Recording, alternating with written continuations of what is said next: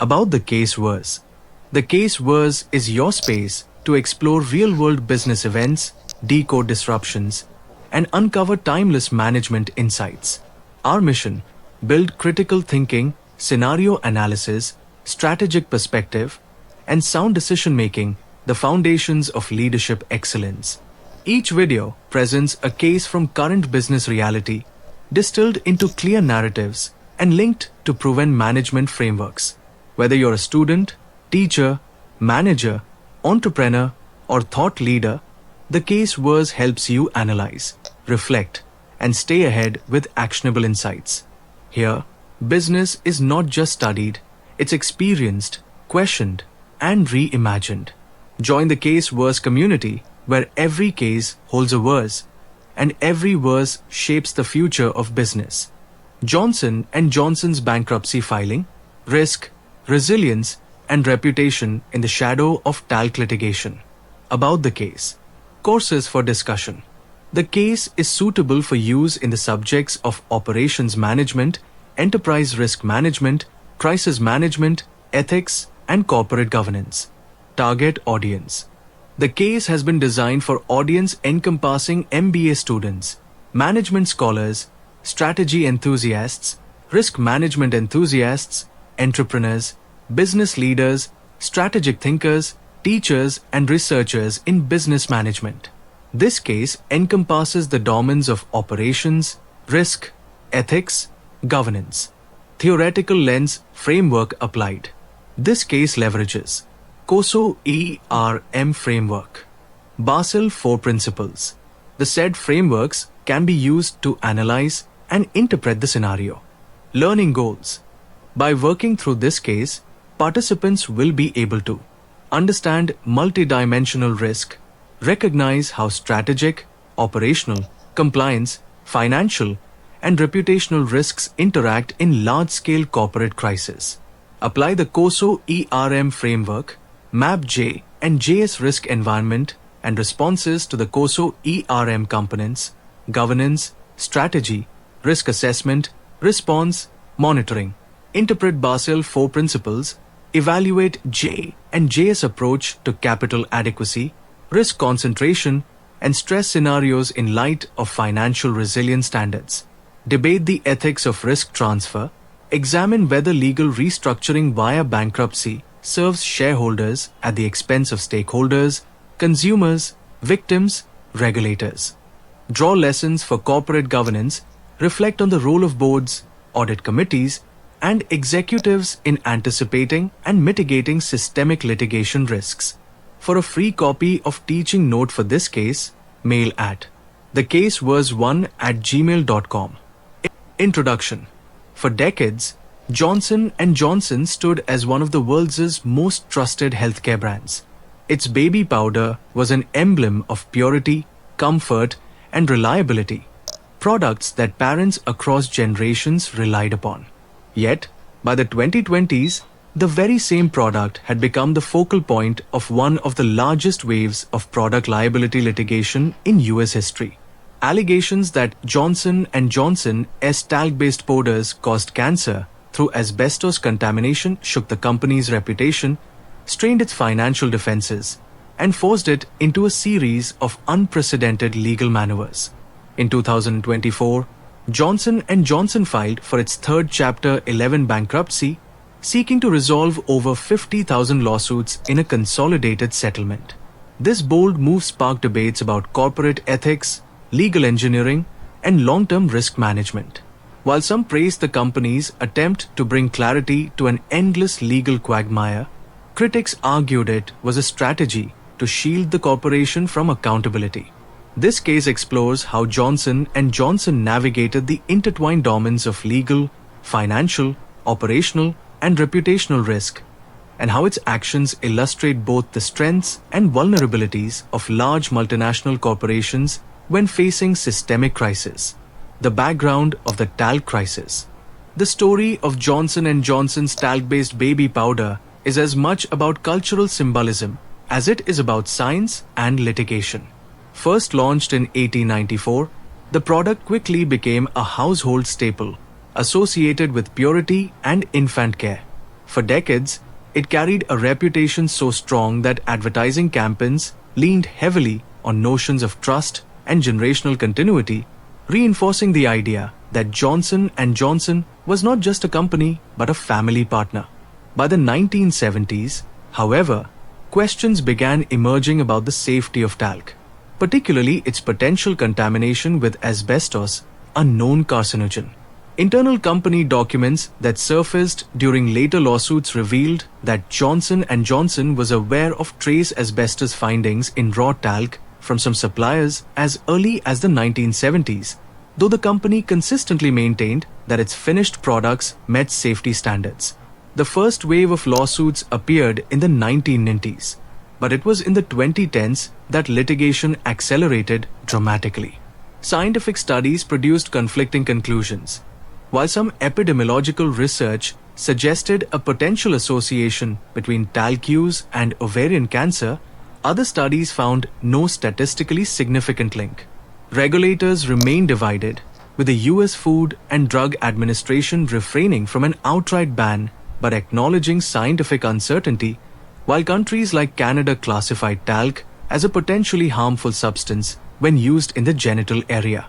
Juries, however, often proved more sympathetic to plaintiffs than to scientific ambiguities. High-profile verdicts, such as a 2018 Missouri case in which 22 women were awarded $4.7 billion in damages, catapulted the issue into headlines worldwide and raised the stakes dramatically. By 2020, Johnson & Johnson faced nearly 20,000 lawsuits in US courts, a number that would swell to more than 50,000 in subsequent years. The company's defense strategy relied heavily on pointing to regulatory clearance and contesting the credibility of expert witnesses. But such arguments often faltered in jury trials where the human stories of cancer patients carried greater weight. Mounting legal costs and the unpredictability of jury awards compelled Johnson & Johnson to take more decisive action. In May 2020, it announced the discontinuation of talc-based baby powder sales in the US and Canada, citing declining demand driven by misinformation and litigation, though it continued selling the product in other markets where demand remained strong. The reputational damage was significant. Once a symbol of trust, the product became synonymous with controversy. Shareholder reports began flagging the talc litigation as one of the largest contingent liabilities in the company's history. Credit rating agencies monitored the situation closely, noting that while Johnson & Johnson retained robust financial strength, the sheer scale of the potential liabilities, estimated by analysts to range anywhere between $10 billion and $20 billion, posed risks to its long-term financial planning. The company's decision to pursue innovative legal restructuring reflected not just an effort to contain legal exposure, but also an acknowledgement that conventional approaches were inadequate against the scale and momentum of the talc crisis. The legal maneuver, Texas two-step. As lawsuits mounted into the tens of thousands and jury awards reached billions of dollars, Johnson & Johnson turned to a highly unconventional legal strategy that came to be known in corporate law circles as the Texas two-step. The maneuver takes its name from provisions under Texas divisional merger statutes that allow a company to split into two separate entities. One of the resulting entities retains the operating assets, while the other inherits the legal liabilities. Johnson & Johnson employed this statute in 2021 to create a subsidiary called LTL Management LLC, transferring into it all the talc-related liabilities along with a funding agreement backed by the parent company's substantial resources. Shortly thereafter, LTL filed for Chapter 11 bankruptcy protection in North Carolina, a move designed to consolidate all claims into one forum and to pause ongoing jury trials. The strategy was unprecedented in scale. While other companies in asbestos and product liability cases had previously used bankruptcy to negotiate settlements, none had attempted such a maneuver while the parent company remained immensely profitable, generating over $90 billion in annual revenue with a market capitalization exceeding $400 billion. The move was immediately controversial, drawing sharp criticism from plaintiffs' lawyers consumer advocates, and members of Congress who argued that a bankruptcy system intended for struggling companies was being exploited by a financially strong multinational to evade jury verdicts. Supporters countered that the bankruptcy route offered a more equitable solution, ensuring timely compensation for all claimants rather than leaving outcomes to the unpredictability of fragmented trials. Courts were deeply divided on the validity of the approach. In 2023, the Third Circuit Court of Appeals dismissed the bankruptcy case, concluding that LTL management was not in genuine financial distress because of its funding agreement with the parent company. The ruling highlighted a critical tension: whether bankruptcy law could be used preemptively to manage future litigation risk when a company remained solvent and liquid. Johnson & Johnson responded by attempting a revised structure and eventually filed for a third bankruptcy in 2024, this time proposing an $11 billion global settlement fund to resolve approximately 50,000 pending lawsuits. The figure was positioned as one of the largest product liability settlements in US history, intended to demonstrate both seriousness and finality. The Texas two-step sparked broader debates in legal, financial, and political domains. Lawmakers introduced proposals in Congress to restrict the maneuver, reflecting concerns that its success could encourage other large corporations to shift liabilities into shell entities and limit their exposure. Financial analysts debated whether such strategies would ultimately protect or erode investor confidence, since repeated failed filings suggested uncertainty rather than stability. For Johnson & Johnson, the maneuver represented not only a tactical response to an avalanche of lawsuits, but also a stress test of the US legal system itself, raising profound questions about the balance between corporate solvency, shareholder protection, and victim compensation. The multi-dimensional risk landscape. The talc crisis forced Johnson & Johnson to navigate a landscape of risks that cut across several dimensions. These dimensions are outlined below, not as theoretical categories, but as lived realities of the company's struggle. Strategic risk, reputation, and market trust. For over a century, Johnson & Johnson's brand had been synonymous with trust. The talc lawsuits undermined that foundation. Consumers questioned the safety of even unrelated products, from baby shampoos to medical devices. Healthcare providers and hospitals, who value supplier credibility, began scrutinizing contracts. Shareholders grew restless, concerned that reputational decline could erode long-term growth. Strategically, Johnson & Johnson faced a dilemma. Should it continue defending its historical stance of product safety or pivot toward a reconciliatory approach acknowledging harm? Each path carried trade-offs in credibility, cost, and public perception. Financial risk, capital adequacy, and liability management. The magnitude of the talc claims meant that ordinary litigation reserves would not suffice. J&J had to rethink how to protect its balance sheet. Questions arose: how much capital should be set aside for potential liabilities?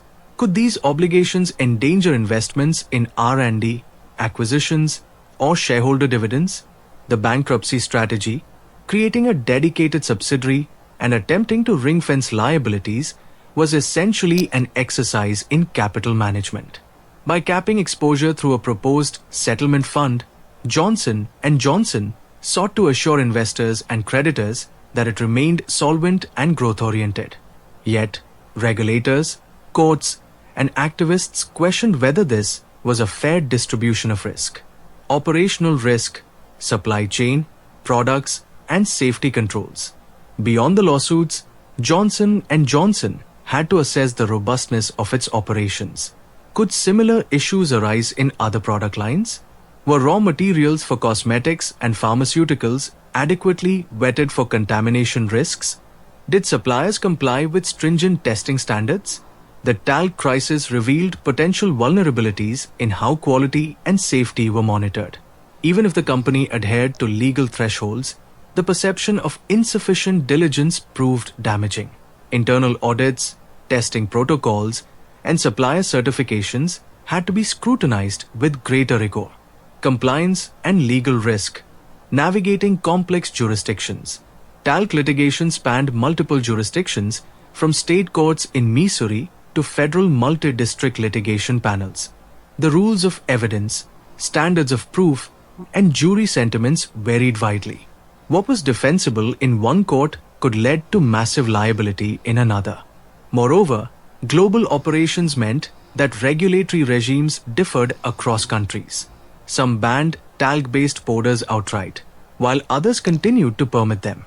Coordinating legal strategy across geographies required both consistency and adaptation. Reputational and conduct risk. Trust in leadership. The public narrative was not just about powder, but about how a healthcare giant treated its customers. Did Johnson & Johnson act transparently when concerns first emerged? Did it downplay risks? Did it prioritize profits over patients? Executive statements were scrutinized not just for accuracy but for tone. Investors and consumers alike assessed whether leadership projected accountability or defensiveness. This dimension of risk could not be quantified on a balance sheet but had long-term implications for brand equity. Johnson & Johnson's decision to pursue a bankruptcy-led resolution reflected a calculated weighing of risks against potential rewards. On one side, continuing to fight lawsuits case by case exposed the company to extreme volatility. Jury awards varied widely, from modest sums to multi-billion-dollar verdicts, creating uncertainty that made financial forecasting nearly impossible. Legal expenses alone were consuming hundreds of millions of dollars annually, while appeals stretched for years and carried reputational costs even when verdicts were overturned. Analysts estimated that without a structured resolution, cumulative liabilities could surpass $20 billion, a figure that risked constraining future investment in pharmaceuticals, medical devices, and other growth segments that drive Johnson & Johnson's valuation. On the other side of the equation was the reputational and ethical cost of seeking bankruptcy protection.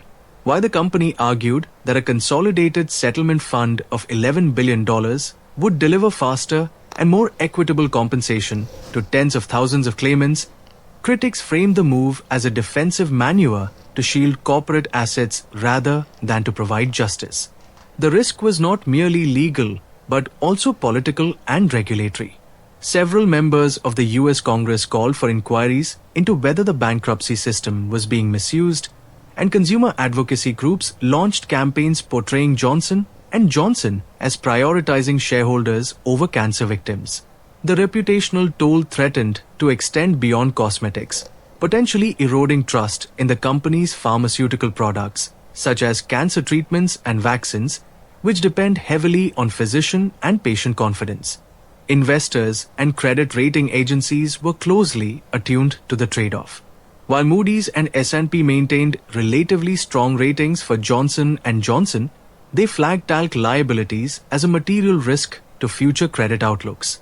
Shareholders faced a paradox.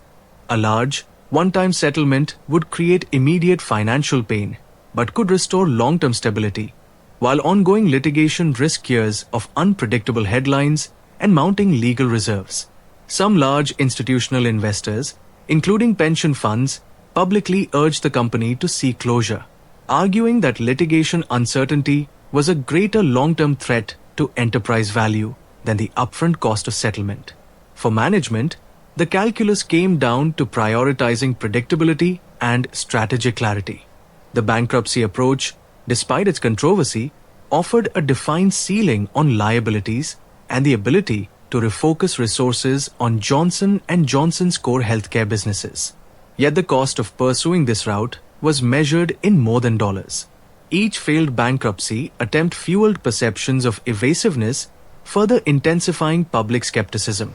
The company was effectively wagering that financial stability and investor support would outweigh reputational damage, a gamble that underscored the complex trade-off between risk containment and long-term trust, governance, and oversight.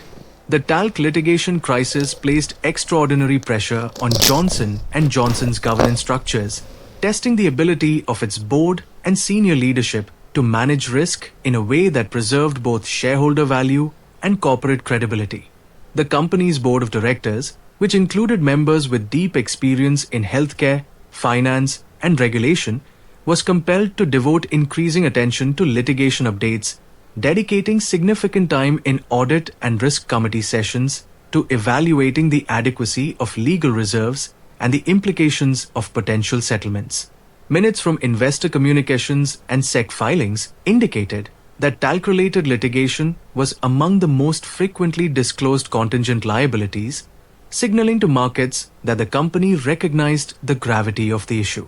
Yet critics argued that governance responses came only after lawsuits had escalated into systemic risk rather than in the earlier decades when concerns first surfaced in internal reports and external studies. Oversight also extended to external stakeholders who acted as de facto monitors of corporate risk management. Credit rating agencies, while affirming Johnson & Johnson's financial resilience, repeatedly warned of the uncertainty tied to the scope of liabilities, and their commentary effectively reinforced market scrutiny of how the board was handling the crisis. Proxy advisory firms and activist shareholders called for greater transparency in risk disclosure, arguing that shareholders deserved clearer explanations of how litigation exposure might affect dividend policies, R&D spending, or capital allocation strategies. Congressional hearings and inquiries into bankruptcy maneuvers further intensified the spotlight on governance, as lawmakers questioned whether the company's use of restructuring tools aligned with the spirit of legal protections for claimants. Internally, the company strengthened its compliance and auditing functions, emphasizing supplier oversight and raw material testing in response to questions about product safety. Senior executives, including the CEO and general counsel, became the public face of the company's defense, but their tone and messaging were often criticized as defensive rather than restorative. For governance bodies, the challenge was to balance fiduciary duty to investors with broader accountability to consumers and regulators, a task made more complex by the visibility of litigation in both financial markets and mainstream media. The board's continued support for the bankruptcy strategy underscored its view that legal consolidation was the most prudent path to contain risk, even if it attracted controversy. The effectiveness of oversight thus became a matter of debate, whether governance had demonstrated proactive stewardship of systemic risk, or whether it had been reactive, relying on legal engineering to manage a problem that might have been mitigated through earlier recognition and disclosure. The global dimension. Although the talc litigation was most visible in the United States, its repercussions were felt across multiple international markets, underscoring the global reach of both Johnson & Johnson's brand and the scrutiny it attracted. In Canada, Health Canada concluded in 2021 that talc could be harmful when used in the female genital area, classifying it as a human health concern and recommending restrictions on consumer use. The decision added regulatory weight to Johnson & Johnson's earlier move to withdraw talc-based baby powder from the Canadian market alongside the United States. In Europe, regulators were more cautious but began re-evaluating the classification of talc under chemical safety regulations, while advocacy groups in the United Kingdom and France pressed for stricter cosmetic labeling requirements. In emerging markets, the dynamic was more complex. In India, Johnson & Johnson continued to sell its talc-based powder well into the 2020s, with significant consumer demand still tied to cultural associations of talc with hygiene and comfort. However, state regulators in Rajasthan and Tamil Nadu temporarily halted the sale of certain baby products in 2022 following safety concerns, though these bans were later lifted. In Africa and Latin America, consumer advocacy groups used the US litigation as a rallying point, warning local populations about potential risks and calling for governments to impose stricter standards. Competitors capitalized on the moment, accelerating the rollout of cornstarch-based alternatives and highlighting their talc-free credentials in advertising campaigns. Global investors also tracked the litigation closely, recognizing that reputational damage in one jurisdiction could influence consumer behavior worldwide. Pharmaceutical partners in Asia expressed concern about potential spillover effects into other business lines, particularly as Johnson & Johnson was simultaneously pursuing major vaccine initiatives and oncology drug launches. Media coverage in international outlets frequently tied the talc lawsuits to broader narratives about corporate accountability in global health, a framing that further complicated the company's efforts to isolate the crisis as a US-specific legal issue. The international regulatory landscape thus became a patchwork, with some governments taking precautionary stances and others maintaining traditional approval standards. For Johnson & Johnson, this created operational complexity and heightened the risk of divergent market perceptions. While financial exposure remained concentrated in US courts, the global dimension of consumer sentiment meant that the crisis could not be managed through legal strategy alone. The company had to contend with the reality that its reputation as a global healthcare leader was being contested simultaneously in multiple arenas, with regulators, competitors, and advocacy groups shaping narratives far beyond the borders of its home market. The ethical dilemma. The legal strategy Johnson & Johnson pursued did not exist in a vacuum.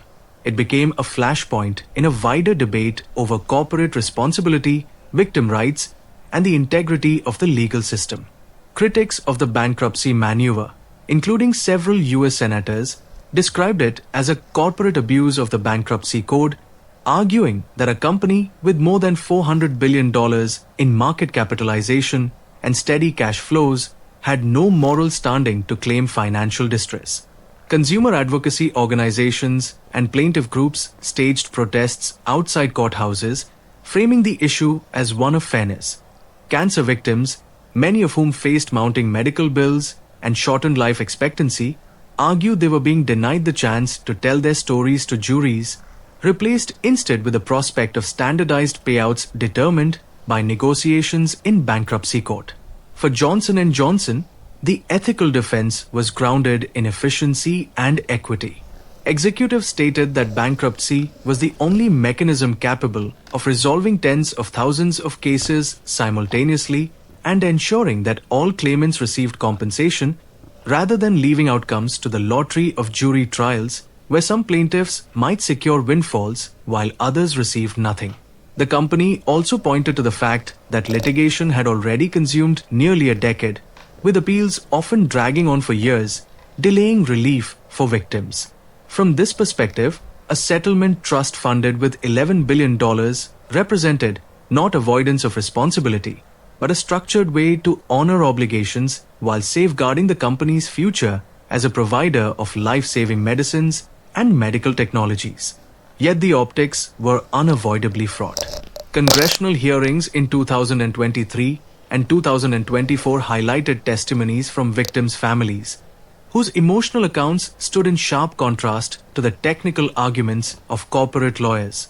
Legal scholars raised concerns that the precedent set by Johnson & Johnson could encourage other profitable companies to follow suit, using bankruptcy as a shield rather than a last resort, thereby undermining public trust in the fairness of the judicial system. Ethical questions extended beyond the courtroom to the marketplace, as rival firms positioned themselves as more transparent and consumer-oriented, suggesting that Johnson & Johnson's defensive posture damaged not just its legal reputation, but its standing in the broader healthcare ecosystem. The dilemma for stakeholders was therefore multi-layered. Should justice prioritize individualized jury assessments, even at the cost of prolonged uncertainty, or collective settlements that offer speed but potentially lower compensation? Should a board of directors be judged on its duty to protect shareholders and long-term corporate stability, or its willingness to absorb reputational losses in pursuit of a moral stance?